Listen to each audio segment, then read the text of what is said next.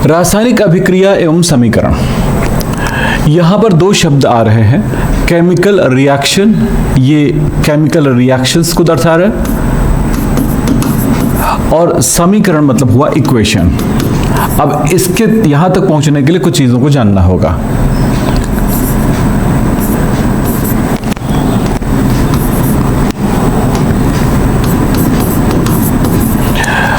तो सबसे पहले हम ध्यान रखें रासायनिक अभिक्रिया क्या होता है और उसके समीकरण क्या होते हैं। सिंपली एक चीज पे ध्यान दीजिएगा, हम सोडा में नींबू का रस डाल देते हैं तो क्या होता है, सोडे से गैस निकलने लगती है और कुछ रिएक्शंस हो जाते हैं, कुछ अलग पदार्थ में का निर्माण हो जाता है, सोडा तो सोडा बचता नहीं है। ऐसे ही हम सिंपल से एक बात करते हैं, सिरका में हम सोडा डाल दें तो क्या होगा, यानी सिरका और सोडा को मिला दें तो क्या होगा। तो फिर वहां पर भी एक चीज आती है कि सोडियम एसीटेट बनता है और कार्बन डाइऑक्साइड गैस निकलती है। ये तो बात हो गई थोड़ी सी, अगर समझ रहे हैं तो बड़ा आसान सी बात है, लेकिन अगर नहीं समझ रहे हैं तो थोड़ी हाई लेवल की हो गई। तो इसको हम समझने के लिए कुछ बातों का ध्यान रखेंगे। सबसे पहली बात तो ये करेंगे कि सिंपली हम अपनी जिंदगी में कुछ चीजें देखते हैं, बहुत सारे परिवर्तन देखते हैं। जैसे एक सिंपल सी बात कहें कि घर में खाना बनाया जाता है तो यहाँ पर कुछ चीजें हो रही होती हैं। पहला, आप देखते हैं कि जो गैस है उस गैस पर एक घटना हो रहा होता है कि गैस जो है, गैस होता है ब्यूटेन, C4H10, ये ब्यूटेन कहलाता है। ये ब्यूटेन गर्मी उत्पन्न कर रही होती है, लेकिन कैसे? ये ब्यूटेन पर ऑक्सीजन की क्रिया होती है। किसकी? ऑक्सीजन की। ऑक्सीजन को O2 से लिखते हैं, और ये कार्बन ऑक्सीजन मिलकर के कार्बन डाइऑक्साइड और हाइड्रोजन और ऑक्सीजन मिलकर के पानी बनाता है और काफी मात्रा में गर्मी उत्पन्न होती है। और ये जो गर्मी होता है ना, इसी गर्मी से हमारा ये जो खाना होगा वो पकेगा। अब यहाँ पर खाना जब बनता है तो वहां पर दो तरह के परिवर्तन मुख्य तौर पे होते हैं भोजन में। अच्छा, ये जो परिवर्तन हुआ एक तरह का केमिकल रिएक्शन हुआ, केमिकल रिएक्शन। अब यहां पर समझोगे केमिकल रिएक्शन और फिजिकल परिवर्तन, यानी केमिकल परिवर्तन और यानी रासायनिक परिवर्तन और भौतिक परिवर्तन के बारे में थोड़ी जानकारी हम यहां पर देने वाले हैं। सबसे पहली बात है कि यहां पर जो परिवर्तन हुआ ये भौतिक यानी कि फिजिकल चेंज,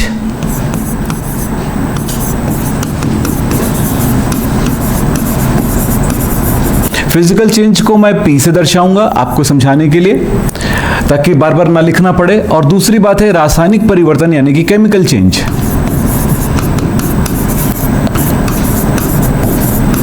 तो केमिकल चेंज को मैं C से दर्शाऊंगा ताकि थोड़ा फास्ट हो जाए बात करना। तो आप समझेंगे फिजिकल चेंज यानी भौतिक परिवर्तन और रासायनिक परिवर्तन, दो प्रकार के परिवर्तन के बारे में हम बात करेंगे। तो एक परिवर्तन हमारे पास हुआ केमिकल चेंज, कहां पर हुआ? जब वो गैस जल रहा था। गैस का जलना क्या हुआ? गैस का जलना हमारे लिए तो आग उत्पन्न करना और गर्मी उत्पन्न करने वाली बात होती है, लेकिन असल में क्या हुआ, वो ब्यूटेन है जो ऑक्सीजन कहां से आया? हमारे वातावरण से आया, उनको कलेक्ट करके उनके साथ एक खास टेम्परेचर पर अब वो रिएक्शन करने लगती है। तो उस रिएक्शन पर कार्बन डाइऑक्साइड और पानी और गर्मी उत्पन्न होता है। इसी गर्मी का हम उपयोग करते हैं खाना बनाने में। अब ऊपर वाली बात चले, यहां पर जो भोजन है उसमें दो तरह के परिवर्तन पॉसिबल है। एक मूल रूप से जो परिवर्तन होते हैं भोजन में उसमें भौतिक परिवर्तन होते हैं, लेकिन कुछ जगहों पर केमिकल रिएक्शंस भी होते हैं जिसकी वजह से स्वाद में भी परिवर्तन आता है। तो दो तरह के परिवर्तन यहां पर देखने मिलेगा, एक है केमिकल चेंज और दूसरा है फिजिकल चेंज। यहां पर दो तरह के चेंजेस आपको नजर आएंगे। अब ये भौतिक परिवर्तन और रासायनिक परिवर्तन को समझते हुए हम आगे बढ़ेंगे। क्या होता है भौतिक परिवर्तन और क्या होता है रासायनिक परिवर्तन? चलिए एक सिंपल सी बात कहते हैं। यहां पे बर्फ, पानी की तीन अवस्थाएं होती हैं, जल पानी की तीन अवस्थाएं होती हैं। पहला लिक्विड, या मैं यहां पर ले लूं, ऐसे लिख दूं आपको समझाने के लिए, थोड़ा सा एक बार दोबारा लिखता हूं। पानी H2O, ये जल है, वाटर है। अब यहां पर सोचो, ये तीन अवस्थाओं में होता है, तीन स्टेट में होता है। पहला ये सॉलिड होता है। सॉलिड को हम आइस या बर्फ कहते हैं। दूसरा, ये लिक्विड होता है, लिक्विड को हम जल कहते हैं, पानी कहते हैं। और तीसरी अवस्था होती है यहां पर गैस, गैस को हम यहां पर जल वाष्प या भाप कहते हैं। तीन अवस्था, भाप या वाष्प रूप में कहेंगे। अब आपके पास तीन अवस्थाएं इसमें दिखाई दे रही है। ये इसके भी फॉर्मूला H2O होगा, इसका भी H2O होगा और इसका भी H2 होगा। देखो सूत्रों में कोई परिवर्तन नहीं आ रहा है। ये कैसे हुआ? हमने बर्फ को, आइस को गर्म किया तो ये एक खास तापमान पर, यानी कि 0 डिग्री सेल्सियस से अधिक ताप पर ये क्या रहेगा? जल रहेगा, यानी वाटर रहेगा। फिर इसका जो रेंज है वो कितने से कितने डिग्री सेल्सियस के बीच है? 0 से 100 डिग्री सेल्सियस तापमान तक ये जल में रहेगा, यानी 0 से थोड़ा ज्यादा और 100 से थोड़ा कम। अब ये थोड़ा कम पॉइंट में कम भी हो सकता है, याद रखिएगा। तो ये यहां पर जल रहेगा। और अब 100 से अधिक डिग्री सेल्सियस तापमान से अधिक में ये बन चुका है भाप। अब देखो तीन अवस्थाएं नजर आ रही है, तीनों में हमें पता चल रहा है कि तीनों का फॉर्मूला सेम है। जब सूत्रों में कोई परिवर्तन ना आए, जब फॉर्मूला में परिवर्तन ना आए, उसमें जो एलिमेंट्स उपस्थित है, यानी एक तरह से कहेंगे फॉर्मूला में परिवर्तन ना आए, सिर्फ उनके अवस्था में परिवर्तन आए, तो इसे हम कहेंगे भौतिक परिवर्तन। बात क्लियर हुई? यहां पर लिखा नहीं रहे क्योंकि ये बेसिक चीजें हैं जिनको आपको जानना है। जब हम चैप्टर स्टार्ट करेंगे तो आप पूरी चीजें आपको नोट करते हुए हम आपको पढ़ाते जाएंगे। तो चलिए, तो यहां पर बर्फ है, बर्फ यहां पर दो स्थिति नजर आ रही है। एक तो यहां पर लिक्विड नजर आ रहा है, यहां पर लिक्विड नजर आ रहा है, और दूसरा यहां पर सॉलिड नजर आ रहा है। दोनों चीजें एक साथ दिखाई दे रही है। तो यहां पर जो होने वाला परिवर्तन, बर्फ अगर पिघल रहा होगा तो बर्फ का द्रव में परिवर्तन यानी जल में परिवर्तन क्या है? एक भौतिक परिवर्तन है, एक फिजिकल चेंज है। अब बात करता हूं, यहां पर देखें, यहां पर हम पानी को गर्म कर रहे हैं। जो बातें मैंने यहां पे कहा वही बात इस जगह से, बर्फ से जल में परिवर्तन 0 से अधिक तापमान पर। अब यहां पर हुआ कि पानी है उसको गर्म किया जा रहा है, तो कब उबलेगा, कब वो भाप में परिवर्तित होगा? जब 100 से अधिक डिग्री टेम्परेचर पर आएगा। तो 100 डिग्री सेल्सियस से अधिक तापमान पर ये क्या हो जाता है? ये गैस। तो यहां पर दो चीजें नजर आएंगी, यहां पर गैस है लेकिन यहां पर ये लिक्विड है। लिक्विड का गैस में परिवर्तन इस जगह पर नजर आ रहा है।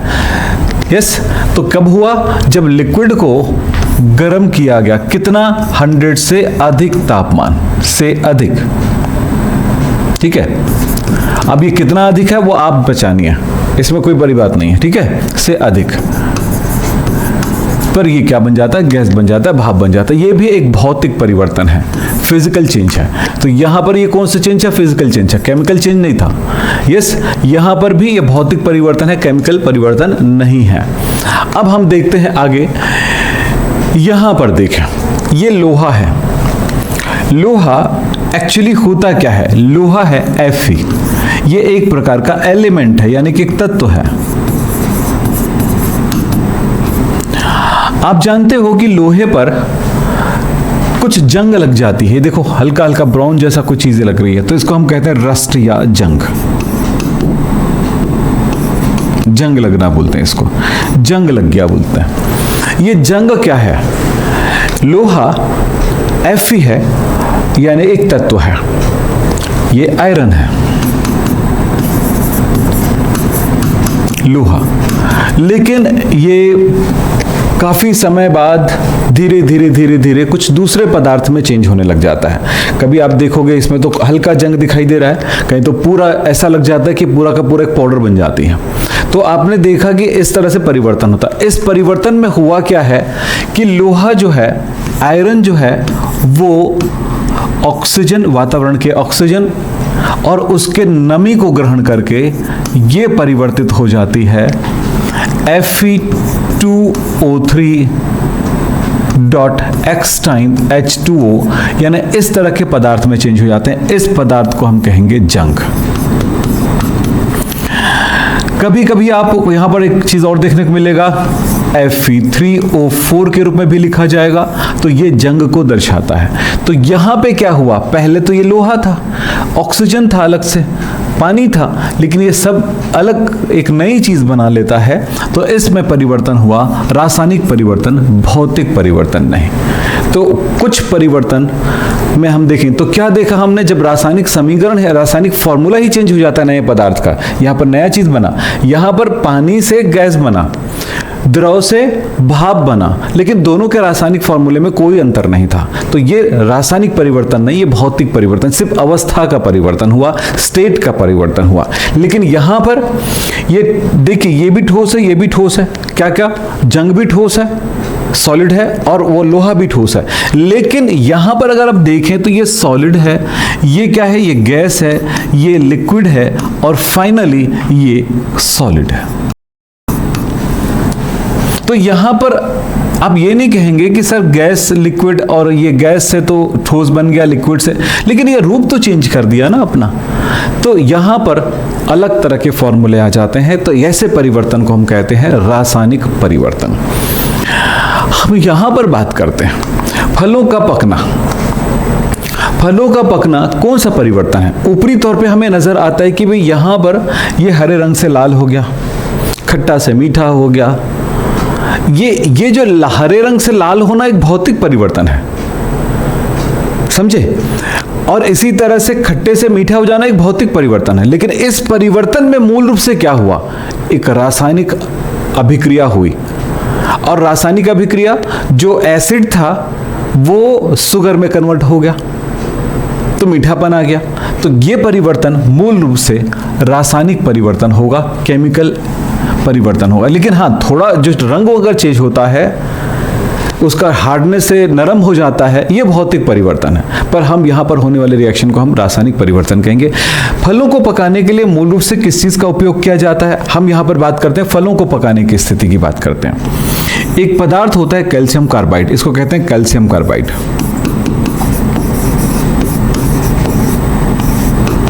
यहां पर आप रिएक्शन करते, आपको समझ में नहीं आएगा रिएक्शन कैसे हो रहा है। रिएक्शन को सीखने के लिए हमें अभी क्लास के आगे बढ़ेंगे। अभी सिर्फ परिवर्तन को बता रहे हैं, फिर रिएक्शन क्या होता है आपको बताएंगे। पानी से रिएक्शन करता है और बनाता है CaOH ट्वाइस, 2 टाइम्स, और बन जाएगा C2H2। ये C2H2 एसिटिलीन गैस कहलाती है।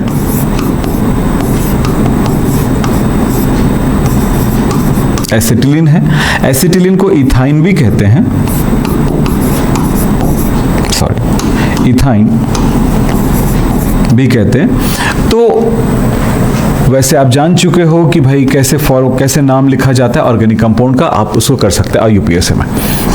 इथाइन, तो ये इथाइन एक प्रकार का इसके लिए पकाने का काम करता है। आप जानो फलों को कैसे पकाया जाता है। कच्चे फलों को तोड़ा जाता है, डायरेक्ट पक्के फलों को नहीं तोड़ा जाता, जिनको बिजनेस करना होता है। हम अपने घरों में भले ही पेड़ से फल जब तोड़ते हैं तो पक्का फल तोड़ते हैं, लेकिन अगर हमको ऐसे ही बेचना हो, एक जगह दूसरी जगह भेजना हो, तो हम पक्के फलों को एक जगह दूसरी जगह भेजेंगे ना, तो वो फल जो है वो क्या हो जाएगा, खराब हो जाएगा। तो कच्चे फलों को तोड़ा जाता है जो पकने लायक हो, और उसके बाद उनको एक क्या बोलते हैं, एक रूम में ले जाया जाता है, और उस कमरे में इस तरह के एसिटिलीन गैस बनाई जाती है, उसमें छोड़ देते हैं। तो वो जो है उसको जब एसिटिलीन गैस मिलती है तो वहाँ पर एक तरह से हार्मोनल रिएक्शन होता है, और वो जो फल होता है वो पकता है। इस तरह की घटनाएं होती हैं। अब देखें यहाँ पर मोम का, यहाँ पर मोम जो है ये सॉलिड से लिक्विड में गर्मी की वजह से परिवर्तित हो रही है। यहाँ पर ये फिजिकल चेंज है P, लेकिन यहां से इस जगह पर जो परिवर्तन हो रहा है, इस जगह पर वो है मोम एक हाइड्रोकार्बन है, वैक्स जिसको कह सकते हैं, वैक्स एक हाइड्रोकार्बन है। हाइड्रोकार्बन ऑक्सीजन, वातावरण से मिलता है ऑक्सीजन, इनको आपस में ये ऑक्सीजन रिएक्शन करती है एक खास टेम्परेचर पर, तो फिर ये बनाता है यहाँ पर कार्बन डाइऑक्साइड और जल, और साथ में बहुत अधिक गर्मी। तो आप देख रहे हो पहले ये हाइड्रोकार्बन था, कार्बन X संख्या में है, हाइड्रोजन Y संख्या में है, इस तरह का कोई कंपाउंड है। तो अब इसका एग्जैक्ट फॉर्मूला तो यहाँ पर नहीं लिख रहा हूँ, लेकिन इतना समझेंगे कि प्रकार का हाइड्रोकार्बन। तो ये यहाँ पर क्या बना लिया, कार्बन डाइऑक्साइड और पानी बना लेता है और काफ़ी मात्रा में गर्मी उत्पन्न करती है और प्रकाश भी उत्पन्न करता है। तो यहाँ पर आप देख रहे हैं दो तरह के परिवर्तन, इस जगह पर रासायनिक परिवर्तन देख रहे हैं और रासायनिक परिवर्तन के साथ गर्मी उत्पन्न होना, प्रकाश उत्पन्न होना, वो अलग बात है कि वो भौतिकी प्रक्रिया है, लेकिन मेन रूप से जो क्रिया हुई है वो रिएक्शन इस पदार्थ से इस पदार्थ में परिवर्तित होना एक रासायनिक प्रक्रिया है, केमिकल रिएक्शन है। मोमबत्ती का जलना एक केमिकल रिएक्शन है। इस तरह की चीजें आपके दिमाग में होना चाहिए, क्लास 9-10 के अंदर आप लोग पढ़ लिए होंगे। अब बात करता हूं यहां पे कि रासायनिक अभिक्रिया किसे कहेंगे और साथ में रासायनिक समीकरण क्या होता है, इनके बारे में हम बात करते हैं। रासायनिक परिवर्तन को रासायनिक अभिक्रिया कहते हैं। अब इसमें थोड़ी सी ध्यान रखिएगा, कोई भी रासायनिक परिवर्तन हो रहा है, जैसे मैंने आपको कहा हाइड्रोजन गैस है, ऑक्सीजन गैस है, दोनों अभिक्रिया करती है, दोनों मिलते हैं और इस तरह से बनता है पानी। हाइड्रोजन गैस हम H2 से दर्शाते हैं, ऑक्सीजन गैस को O2 से दर्शाते हैं। यहाँ रिएक्शन होते नहीं, यहाँ पर रिएक्शन को सांकेतिक रूप से कैसे समझना उसके बारे में हम बाद में बात करेंगे, पहले ये समझना है। और पानी को हम H2O से दर्शाते हैं। तो ऑक्सीजन और हाइड्रोजन के मिलने से क्या बनता है, पानी बनता है। तो इस परिवर्तन को यानी हाइड्रोजन और ऑक्सीजन, हाइड्रोजन एक अलग एलिमेंट है, ये एक तत्व है, एलिमेंट है, एलिमेंट को मैं E से दर्शाऊंगा आपके लिए, यस। तो ये एक एलिमेंट है, ये भी एक एलिमेंट है, तत्व है। और इसी तरह से तब ये क्या बनता है, एक कंपाउंड बन रहा है, कंपाउंड जिसको हम हिंदी में कहते हैं यौगिक। कभी मैं आपको कंपाउंड दिखाऊं तो आप समझ जाना, सी यानी यौगिक बन रहा है। तो तत्व आपस में मिलकर के यौगिक का निर्माण कर रहा है, यानी वो पदार्थ नहीं रहा, ये नया रूप धारण कर लिया, यानी फॉर्मूले में ही परिवर्तन हो गया। सीधा सा मतलब है यहाँ पर कौन सा चेंज हुआ, रासायनिक चेंज, केमिकल चेंज हुआ, रासायनिक परिवर्तन हुआ। और इसी रासायनिक परिवर्तन को ही हम कहते हैं रासायनिक अभिक्रिया। क्या कहते हैं, रासायनिक परिवर्तन को हम कहते हैं रासायनिक अभिक्रिया, केमिकल रिएक्शन।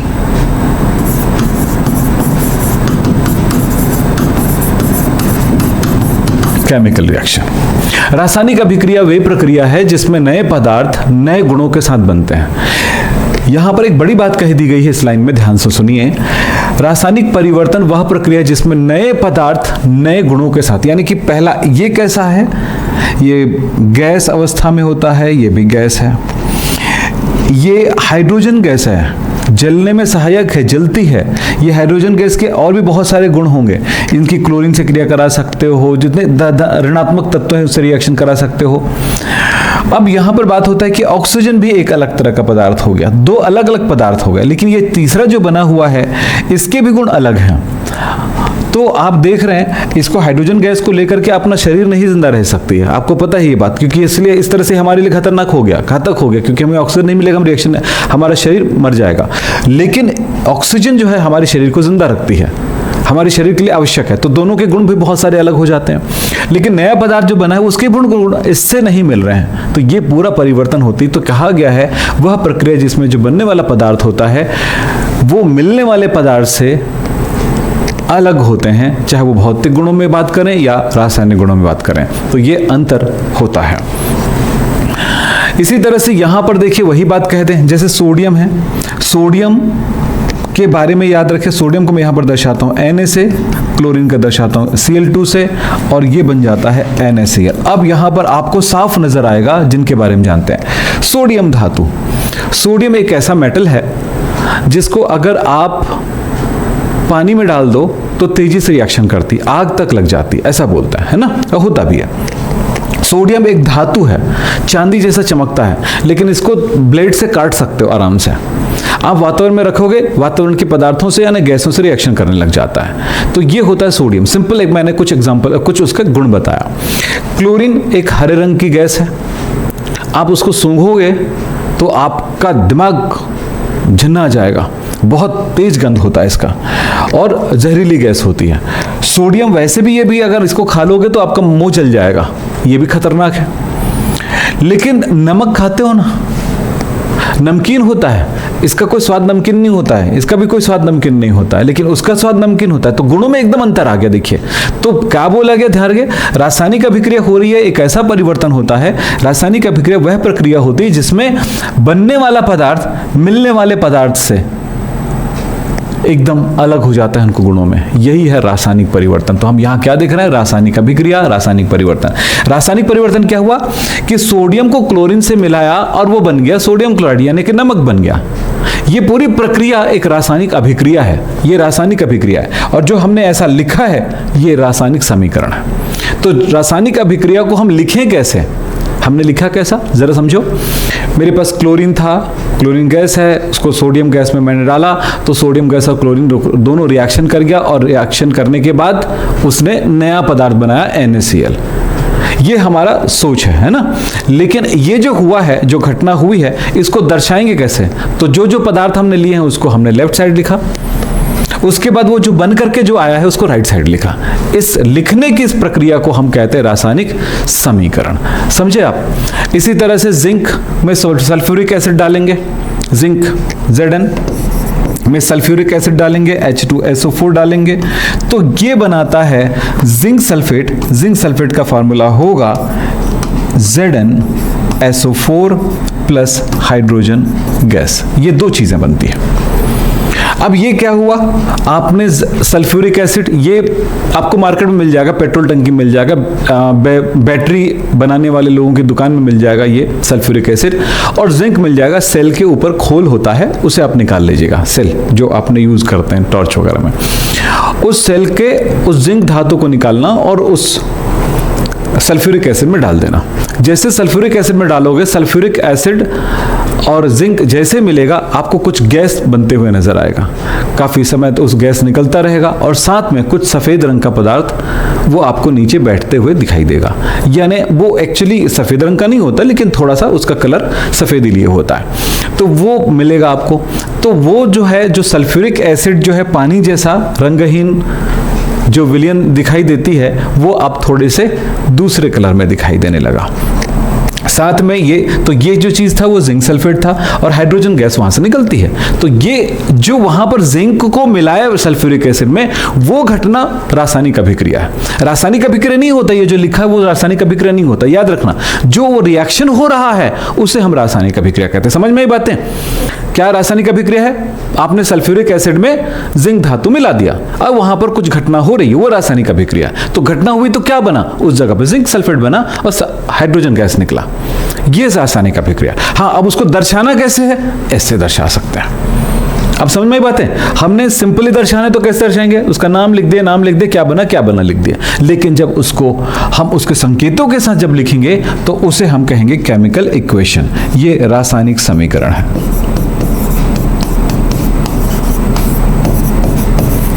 उस रिएक्शन को, ये क्या चीज है, रिएक्शन था, और ये क्या है, ये इक्वेशन है। समझे आप पति। तो ये अभिक्रिया है और उसको हमने लिखने का तरीका था ये, लेकिन फाइनली जो घटना हो रही है वो रिएक्शन है। अब उसको दर्शाना रिएक्शन कहलाएगा, ये इक्वेशन कहलाएगा। तो ये भी कह सकते हैं रिएक्शन का, तो हम कई सारे तरह से लिख सकते हैं। अब ध्यान रखिएगा, रासायनिक अभिक्रिया, इस जगह पर ध्यान, रासायनिक अभिक्रिया के पदार्थ। अब इस पदार्थ को हम क्या कहेंगे, जरा ध्यान देंगे। जो अभिक्रिया में भाग ले रहा है, ये सारी चीजें जो भाग ले रही हैं, इनको हम कहेंगे रिएक्टेंट,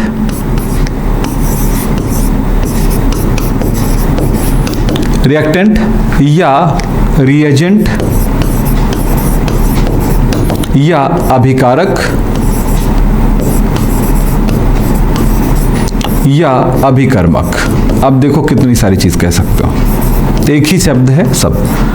तो जो भाग लेता है, जिसको हम रिएक्शन कराते हैं, जैसे हमने यहां पर एक एग्जांपल दिया, जिंक धातु मैंने लिया रिएक्शन में कराने के लिए और सल्फ्यूरिक एसिड लिया, तो दोनों ही रिएक्टेंट है, अभिकारक है, क्योंकि वो दोनों जाकर आपस में अभिक्रिया करने वाला है। अभिक्रिया करने के बाद क्या होगा, नया चीज बनाएगा, जो नया चीज बनाएगा वहां पर जिंक सल्फेट बनाता है और हाइड्रोजन गैस बनाता है, तो ये दोनों ही यहां पर कहलाएगा प्रोडक्ट। प्रोडक्ट यानी उत्पाद कहलाएगा, ये उत्पाद है। यानी अभिकारक अभिक्रिया करके कुछ नया बनाता है और जो बनता है उसे क्या कहेंगे, उत्पाद कहेंगे। तो इस तरह से प्रोडक्शन हुआ तो प्रोडक्ट कहलाएगा, उत्पाद कहलाएगा। रासायनिक अभिक्रिया को संकेतों के रूप में प्रदर्शित करना रासायनिक अभिक्रिया कहलाता है। अब यहां पर एक चीज बताते हैं, अभिकारक को हम यहां पर संकेतों के रूप में प्रदर्शित कर रहे हैं, यानी जिंक धातु sulphuric acid H2SO4 gives zinc sulphate plus hydrogen gas. इस रूप में दर्शाना क्या कहलाता है, रासायनिक समीकरण कहलाता है, केमिकल इक्वेशन कहलाता है।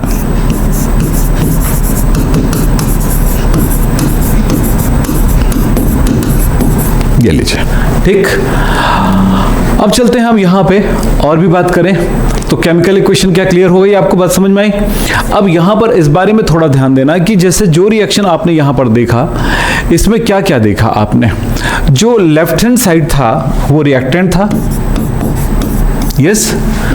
तो लेफ्ट हैंड साइड किसको लिखेंगे, रिएक्टेंट को लिखेंगे, यानी जो पदार्थ लेते हैं उसको लिखेंगे, और जो बनता है उसको राइट हैंड साइड लिखेंगे। ओके, बस इतनी ही कहानी है इसकी, और कुछ नहीं। क्लियर। अब चलते हैं यहां पे, रासायनिक अभिक्रियाएं करने से पहले हम इन सारी चीज जगहों पर आने से पहले हमने आवर्त सारणी याद करने के लिए बोला था। और यहां पर जो कोई भी रिएक्शन अगर हो रहा हो तो इसके पीछे सबसे बड़ा कारण होता है उसके संयोजकताएं या oxidation number, valency and oxidation number. अगर दो तत्व आपस में रिएक्शन कर रहा हो तो वो क्या बनाएगा, इसके बारे में सरल रिएक्शन हम कर चुके हैं। तो प्रथम वर्ग के सभी तत्वों के लिए ऑक्सीडेशन नंबर +1, इसके लिए +2 आपको कराया था, आपको याद होगा। इसके लिए +3, प्लस -4, -3, -2, -1 एंड 0। इतना ही अगर हमें पता है तो हम रिएक्शन आराम से करा सकते हैं, ठीक है। तो ये हो गया हमारा पार्ट, समझ में आई बातें। और क्या करना होता है आपको बताया था, कोई दो तत्व है, मान लेते हैं एक तत्व A है और एक तत्व हमारे पास B है, इसकी संयोजकता मान लेते हैं X है और इसकी संयोजकता Y है। तो क्या बताया था बेटा आपको, ये इस जगह पे चला जाएगा और ये इस जगह पे चला जाएगा, यही तो बताया था कि आपको याद है, बोलो। तो क्या बन जाएगा, AYBX। एग्जाम्पल के तौर पे कि जैसे हम ले लेते हैं, चलो मैग्नीशियम धातु है, इसकी संयोजकता कितना बताया, +2 बताया मैंने। और दूसरा तत्व मान लेते हैं रिएक्शन में भाग ले रहा हो, नाइट्रोजन गैस। तो नाइट्रोजन आपस में रिएक्शन, तो इसकी संयोजकता कितनी बताया मैंने, -3। तो ये यहां पे चला जाएगा और ये यहां पे चला जाएगा, तो बनने वाला यौगिक क्या होगा, Mg3 और N2। यही साइंस है। तो यहां पर देखें, मैग्नीशियम धातु की नाइट्रोजन गैस से रिएक्शन कराने पर बनता है Mg3N2 बनता है। ये मैग्नीशियम धातु है, यस, ये नाइट्रोजन गैस है। नाइट्रोजन गैस को हम नॉर्मली कैसे लिखते हैं, N2 के रूप में लिखते हैं। अब यहां पर इसका मतलब ये नहीं है कि आप यहां पर इसमें ये चीज लगा के रखे रहो, ये आपको जानने के लिए था, सीखने के लिए था, ठीक है, कि क्या बनेगा। तो हर एक का अपना एक फॉर्मूला होता है। नाइट्रोजन गैस है, nitrogen, oxygen, fluorine, chlorine, bromine, ये सब 2 के रूप में होता है, यानी द्विपरमाणुक होते हैं, N2, O2, F2, Cl2, Br2, I2 के रूप में इनको लिखा जाता है, ये याद रखें। तो ये जो जानकारी आपको मिलती है ना, इसको पकड़ते जाइए। इस तरह से ये क्या बन गया, अब ये क्या है, मैग्नीशियम है। नाम कैसे इसका सेट होता है जरा देखिए, ये मैग्नीशियम है, ये नाइट्रोजन गैस है,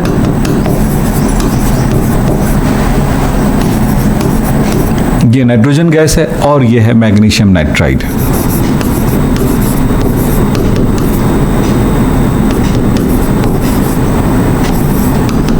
नाइट्राइड किस तरह से। चलिए साहब, हम बात करते हैं आगे, कुछ बातों को देखें।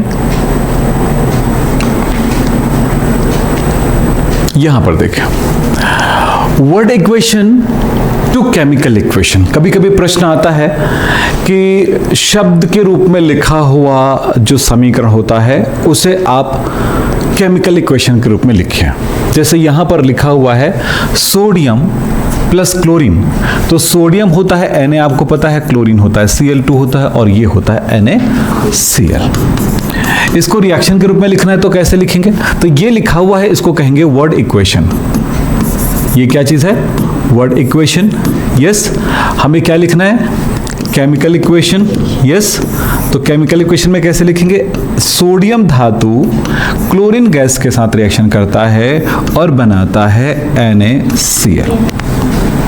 ये लिखना है। संतुलित करना एक अलग मैटर है ना, मैं संतुलित नहीं कर रहा हूं यहां पे। अब ये मत बोलना कि इससे संतुलित कैसे करें, तो यहां पे संतुलित करके ही देना है आपको, पर अभी नहीं। ठीक है, तो वर्ड इक्वेशन क्या मतलब हुआ कि शब्दों में उस पदार्थ को लिखा गया, अभिकारक को शब्दों में लिखा गया, नाम लिख दिया गया अभिकारक का, और बनने वाला जो पदार्थ होता है उसका भी नाम लिखा गया है। इसको कहते हैं वर्ड इक्वेशन। ये बचपने में चलता था, लेकिन अब जब केमिस्ट्री पढ़ोगे 11th और 12th में, तो इस तरह की चीजों का उपयोग हम नहीं करेंगे। हम सीधा सीधा रिएक्शन का उपयोग करेंगे, क्योंकि ये लिखते हैं तो इनका शब्द हमें पता है, इनका नाम पता है, भाई सोडियम है, क्लोरीन है, रिएक्शन करके बनाया ये, इस तरह से। तो इसी तरह से हाइड्रोजन, वर्ड इक्वेशन ये है, तो हाइड्रोजन गैस ऑक्सीजन गैस से बनता है पानी, ये इक्वेशन बन गया। इसी तरह से तो यहां पर अब मैं एक नई बात बताना चाहूंगा। रासायनिक समीकरण को संतुलित करने की विधि जो है चैप्टर 1 में बहुत गहराई से पढ़ने वाले हो, लेकिन जो बचपने में रिएक्शन को संतुलित करने की प्रक्रिया है वो आपने उसको भी पढ़ा है। बोलो, तो कुछ कुछ विधियां हैं, इनकी डिटेलिंग हम बताएंगे जब हम चैप्टर 1 चालू करेंगे, और आपका चैप्टर 1 अब चालू होने वाला है। इतना जो पढ़ाया गया 16 लेक्चर तक, ये अब जितना भी है 8, 10, 15, 16 जो भी है, जितनी भी लेक्चर पढ़ाई गई है, यानी कि 0 लेवल केमिस्ट्री में जितनी भी क्लास लिया गया है, वो सारे क्लासेस आपके लिए अब केमिस्ट्री को बेहतर बनाने के लिए है। यानी आपकी केमिस्ट्री अब सुपर बनेगी, यानी आप जो भी पढ़ाया जाएगा उसको सीखने के लायक आप बन चुके हैं। तो अब ये याद रखो कि जो भी चीजें पढ़ाई गई है उसको आप एक रिवीजन पूरा ले लो, ताकि हम अगला क्लास हम कर सके, चैप्टर 1, 2, 3, 4, 5 लाइन से पढ़ सके। अब हम उस जगह पे पहुंच गए। फिलहाल रासायनिक अभिक्रिया को संतुलित करने का मतलब क्या होता है, इसको जरा इस तरह समझेंगे। यहां पर समझें, इस जगह पे आप देख रहे हो, यहां पर सोडियम के एक परमाणु है, एक एटम है, और राइट साइड में भी सोडियम के एक एटम है।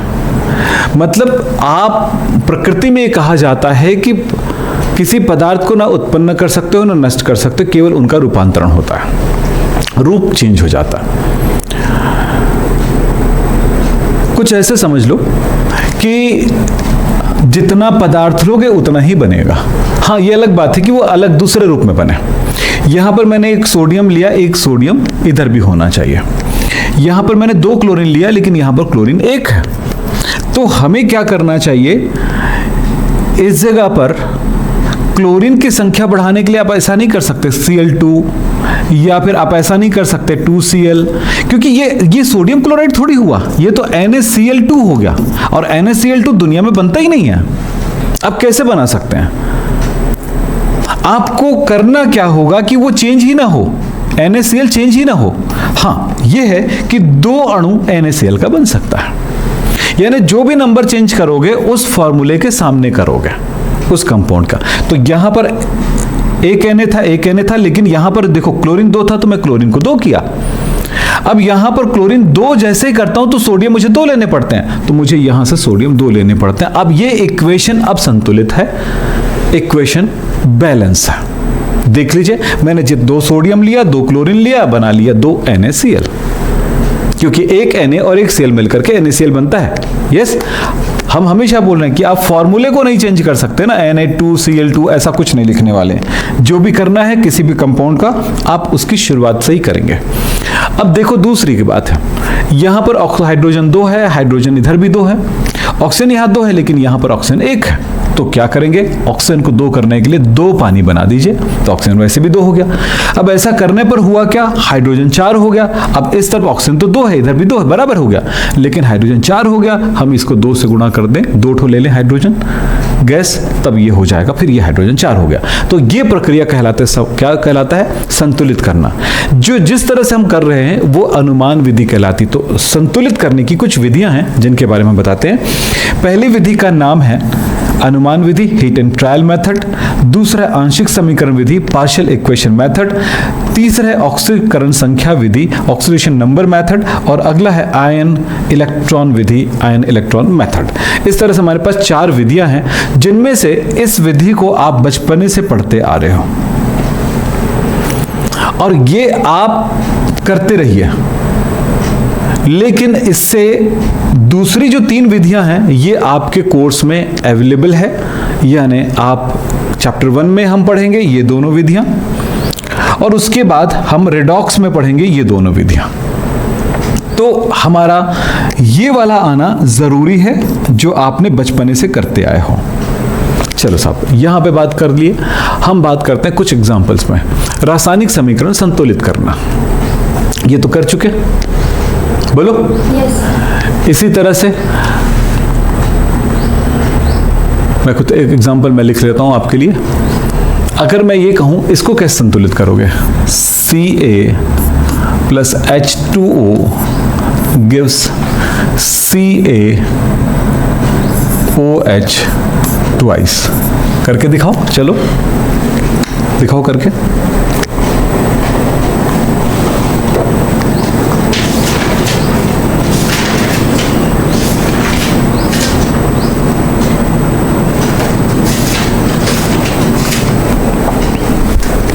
क्या होगा, बस इतना देखो कि किस तरफ कौन कितना है। इधर कैल्शियम, हमेशा याद रखें राइट हैंड साइड कितना है, लेफ्ट हैंड साइड कितना है। कैल्शियम 1 है, कैल्शियम 1 है, दोनों तरफ बराबर है। यहां पर हाइड्रोजन कितना है, 2, और इधर हाइड्रोजन कितना है, हाँ? उधर भी 2 है, इधर भी 2 है। कैसे पता लगाया जाता है, CaOH ट्वाइस। इसका क्या मतलब होता है, इसका मतलब होता है Ca, ये देखो ये इनके साथ गुणनफल है, तो ऑक्सीजन भी 2 हुआ, हाइड्रोजन भी 2 हुआ। ये ज्ञात करने के लिए लिखेंगे कभी नहीं ऐसा, ठीक है। अब यहां पर मान लेते हैं इस जगह पर 4 लिखा है, तो इसका मतलब है कौन कितना है ये पता लगाएं। यहां पे पता चला कि भाई इस कैल्शियम पर यहां पर 1 है, 1 गुना 4 यानी कि कैल्शियम है 4।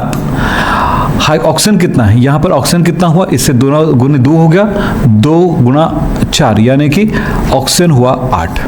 समझे, बात समझ में आई। अब यहां पर कैसे किया मैंने, बताओ। मैंने ऐसे किया कि कैल्शियम की संख्या पता लगाने के लिए मैंने 1 गुना 4 किया, यहां पर ये 4 हुआ। ऑक्सीजन की संख्या पता लगाने के लिए मैंने क्या किया, ऑक्सीजन की संख्या पता लगाने के लिए 1 गुना 2, यहां से 1 नंबर है, 1 गुना 2 यानी ये और फिर इसके बाद जो नंबर बनता है उसको यहां से गुणा करूंगा 4, यानी कितना हुआ 8। हाइड्रोजन कितना है, हाइड्रोजन है 1 गुना 2 गुणा 4, 1 गुना 2 4। इसी तरह से बहुत सारे एग्जाम्पल्स में हम काम कर सकते हैं। चलिए, बात तो समझ में आ गया होगा कि कैसे कैलकुलेट किया जाता है। अब देखो हमारे पास कौन कितना है ये पता लगाएं। इस साइड टोटल कैल्शियम 1 है, इधर कैल्शियम 1 है।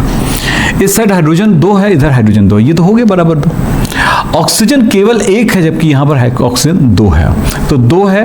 तो भाई हमेशा याद रखना, किसी ज्यादा को कम कभी नहीं करना है, कम को ज्यादा जरूर करना है। तो यहां पर आपके पास ऑक्सीजन 2 है, तो मुझे ऑक्सीजन को 2 करने के लिए मैंने यहां पर 2 लिखा। ये लीजिए 2 लिखा। जैसे मैं 2 लिखता हूं वैसे ही हाइड्रोजन 4 हो गया। देख रहे हैं, हाइड्रोजन को 4 करूंगा तो यहां पर 2 से गुणा करूंगा। यहां पर इस बारे में आपको बता दूं कि रिएक्शन कभी भी इस जगह पर संतुलित नहीं हो रही है। असली रिएक्शन बेटा ये है असली रिएक्शन, ठीक है। मैंने नहीं लिखा था आपके लिए, समझे। तो रिएक्शन को संतुलित करते समय यह पता चल जाता है कि रिएक्शन संतुलित है कि नहीं। अब चलते हैं, आप बता सकते हो आराम से। अब यहां पर बताओ, आपने लगाया नहीं ना, ये रिएक्शन यही है रिएक्शन, ये देखिए ये लिखा हुआ है, ठीक है। तो अब यहां पर बात करो रिएक्शन संतुलित है कि नहीं, चेक करते हैं फिर से। कैल्शियम 1, हाइड्रोजन 2, इधर 2 और 2 4 है, ठीक है। ऑक्सीजन 2 है, मैंने आकर यहां पर 2 कर दूं तो हाइड्रोजन 4 हो गया, देखो, और ऑक्सीजन 2 हो गया, संतुलित है ये। मैं आपको कुछ रिएक्शन दे रहा हूं यहां पे, इसको बना के देखिए। चलो अब प्रैक्टिस करो, ये आपका वर्क है, इसको कंप्लीट करो, फिर हम आगे बात करते हैं। चलो इसको बनाओ।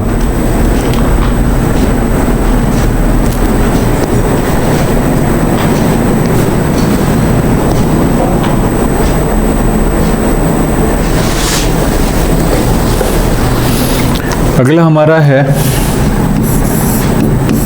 Aluminium carbide. क्या चीज़ एल्यूमिनियम कार्बाइड का फॉर्मूला? Al4C3 पानी के साथ रिएक्शन है और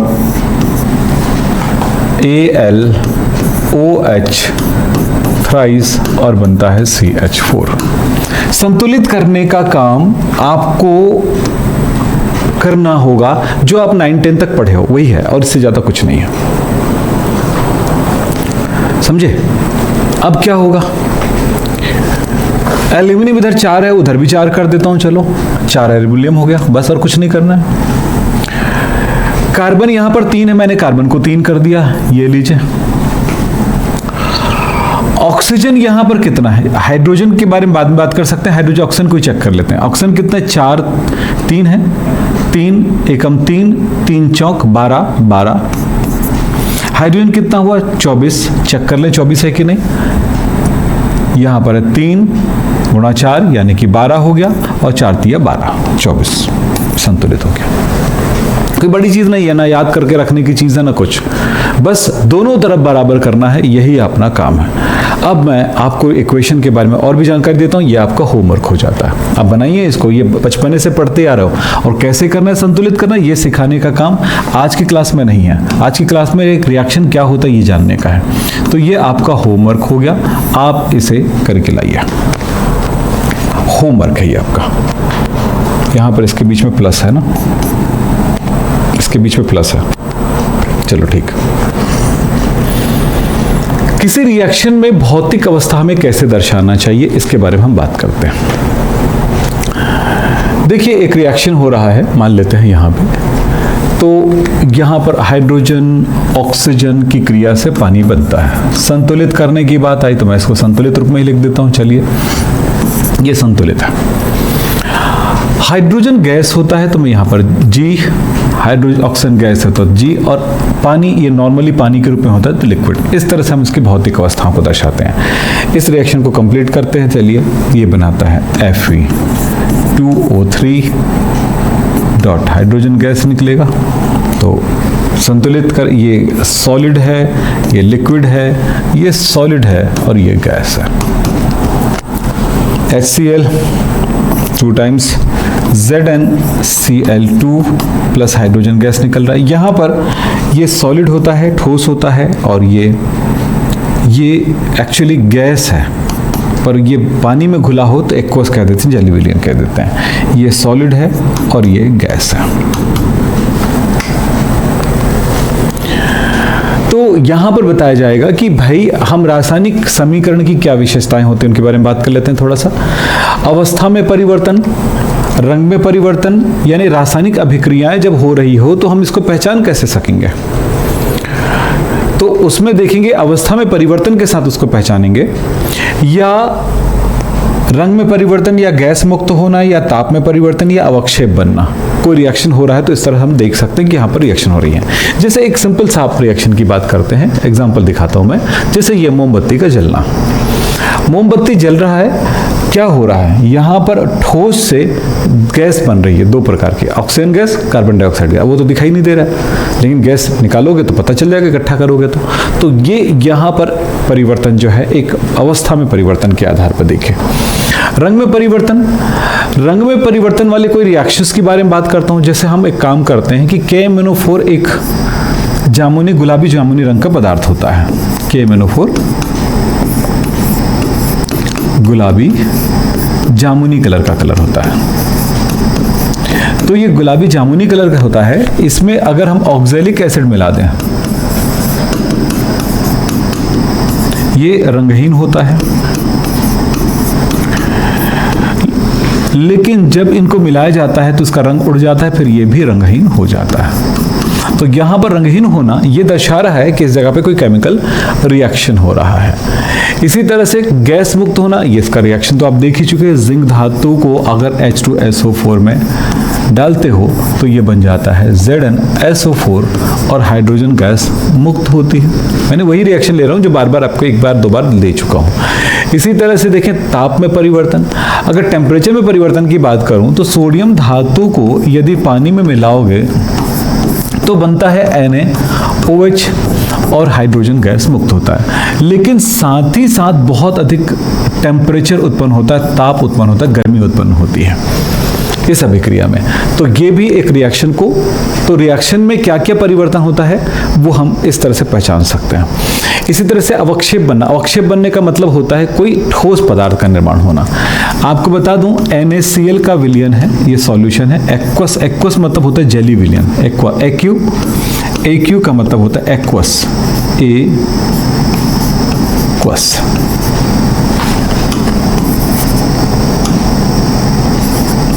एक्वस यानी कि जली, यस ना, जली विलयन, जल में घुला हुआ। इसी तरह से AgNO3 भी जल में घुला हुआ है, एक्वस है। लेकिन जैसा ही होता है क्या, Ag जो है NaCl के साथ मिलकर के AgCl बनाता है और ये ठोस पदार्थ बना देता है। तो सॉलिड को दिखाने के लिए हम ऐसा एरो नीचे की तरफ दर्शा सकते हैं या S लगा सकते हैं। प्लस आपके पास मिल गया NaNO3 बनता है, ये जल में घुला रहेगा, एक्वस। तो इस तरह से दर्शाया जाता है। तो यहाँ पर क्या देखने को मिला, अवक्षेप निर्मित होती है, यानी रिएक्शन इन दोनों लिक्विड को मिलाते हैं तो कुछ अवक्षेप बनते हुए नजर आता है। इस तरह से भी हम रासायनिक अभिक्रिया को पहचान सकते हैं। तो ये हमने रासायनिक अभिक्रियाओं के साथ कुछ चीजें देखी। रासायनिक अभिक्रिया क्या है, समीकरण कैसे लिखा जाता है, संतुलित करने की वो जो पुरानी विधि जो थी, आपको अनुमान लगा करके जो लिखना है वो आप पहले से जानते हैं, इसलिए इस पर थोड़ा प्रैक्टिस करके आइए। मैं इतना तो जानता हूं, किसी भी बच्चे से ये पूछता हूं जब पहले कि क्या आपको रासायनिक समीकरण संतुलित करने आता है, तो 99% बच्चे कहते हैं यस सर। जब उनसे करवाता हूं कि भाई बना के दिखाओ, तो 99% बच्चे फेल, नहीं बना सकते। मतलब वो जो बताए थे 99, उनमें से एक या दो बच्चा बनाएगा, बाकी सब फेल, नहीं बना सकते। ये बहुत बड़ी प्रॉब्लम है। इसको सीखने के लिए इस चैप्टर 1 के अंदर हम सीखेंगे, अलग से इसको संतुलित करने की प्रक्रियाओं के साथ नहीं सीखेंगे। संतुलित करना एक दिन का काम नहीं होता है, उसको सीखने के लिए कम से कम 3 से 4 दिन मेहनत लगते हैं आपके, तब वो आप सीख पाएंगे। और वो मेहनत बहुत गहन मेहनत होगा, तब सीख पाएंगे। तो आज की क्लास यहीं पे समाप्त करेंगे। नमस्कार, धन्यवाद, थैंक यू।